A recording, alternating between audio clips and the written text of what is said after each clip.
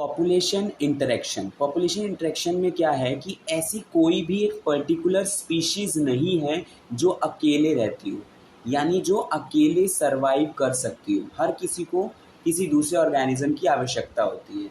अगर हम प्लांट्स की बात करें तो प्लांट भी अकेला नहीं रह सकता, उसको सॉइल माइक्रोब्स की आवश्यकता होती है। सॉइल्स के ऑर्गेनिक और इनऑर्गेनिक मटेरियल कहाँ से मिलेंगे? जब उसमें माइक्रोब्स होंगे, उसकी ब्रेकडाउन करेंगे तभी।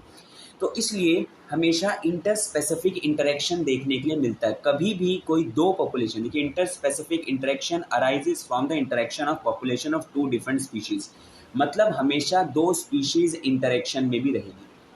अब क्या हो सकता है कि मान लीजिए अगर कोई स्पीशीज साथ में रह रही है, हालांकि हम एक और दो एग्जाम्पल लेके समझेंगे, लेकिन इंटरेक्शन बहुत सी स्पीशीज़ में होता है, लेकिन हम मेनली मान के चलेंगे कि हम दो स्पीशीज़ को मेनली लेके चल रहे हैं, वन स्पीशीज़ ए और वन स्पीशीज़ बी। उसमें से क्या होता है कि एक स्पीशीज़ जो है वो बेनिफिशियल होगी, यानी एक स्पीशीज़ को फ़ायदा होगा, उसको हमने प्लस से डिनोट करा है, और एक डेट्रीमेंटल होगा यानी उसको नुकसान पहुंचेगा यानी माइनस, और एक होगा जीरो यानी न्यूट्रल। अब यहाँ पे डिफरेंट पॉपुलेशन इंटरेक्शन दे रखा है, जैसे स्पीशीज़ ए स्पीशीज़ बी। अगर मान लीजिए कोई दो स्पीशीज़ है और दोनों एक दूसरे को फ़ायदा पहुंचा रही हैं, तो वो हो गया म्यूचुअलिज्म। दो स्पीशीज़ है और दोनों ही एक दूसरे को फ़ायदा पहुंचा रही हैं, तो म्यूचुअलिज्म।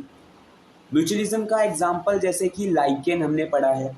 लाइकेन में फंगी और एल्गे दोनों साथ में रहते हैं।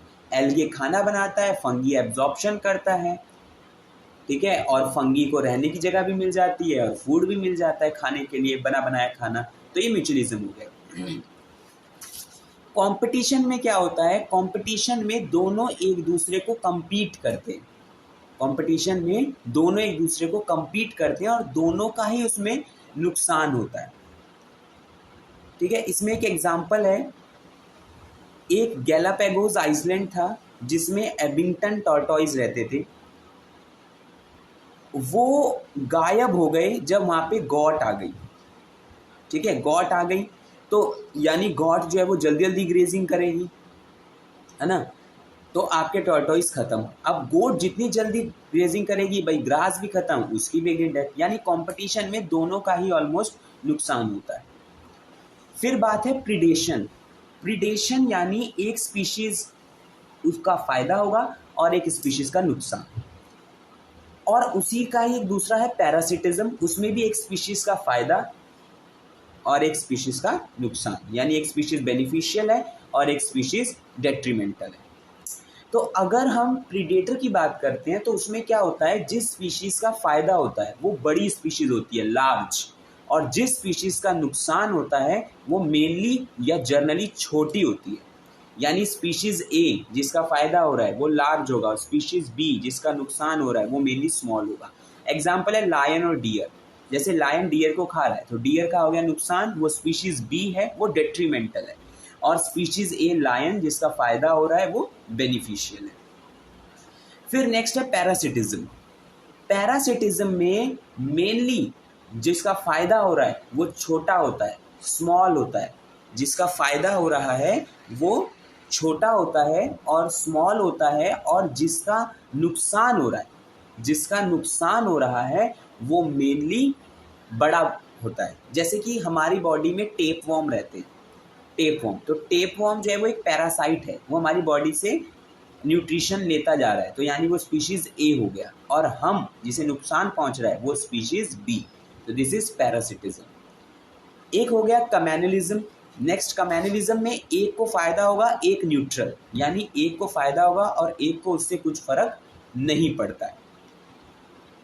जैसे कि इसका एक एग्जाम्पल है कि जो कैटल होते हैं जब वो ग्रेजिंग करते हैं तो उनके ऊपर ना एग्रेट छोटे छोटे हैं, एग्रेट चिपके हुए होते हैं। एग्रेट क्यों होते हैं? The cattle एग्रेट and the grazing cattle is close association. जो कैटल एग्रेट है और ग्रेजिंग कैटल है उनका क्लोज एसोसिएशन होता है, क्योंकि उन्हें भाई उससे कैटल को कोई नुकसान नहीं हो रहा, और एग्रेट है तो भाई वो अपना सर्च ऑफ फूड कर सकता है। या हमने देखा है कि कई बार जब कैटल चरती हैं, चारा वगैरह चरती हैं, तो उनके ऊपर चिड़िया वगैरह भी बैठ जाती है। क्यों? क्योंकि जब वो चरेंगी तो उसमें इंसेक्ट्स वगैरह का अंदर दिखेगा तो उसे तुरंत खा जाएगा वो, लेकिन इससे कुछ नुकसान कैटल को नहीं पहुंच रहा है। So this is कमेनलिज्म। अमेनलिज्म इसका उल्टा, यानी एक को नुकसान पहुंचेगा और एक को जो है इससे कोई फर्क नहीं पड़ेगा, यानी उसे कोई फर्क नहीं पड़ेगा और एक को जो है नुकसान पहुंचेगा। तो ये है, अब वन बाय वन एक एक करके इन्हें पढ़ेंगे।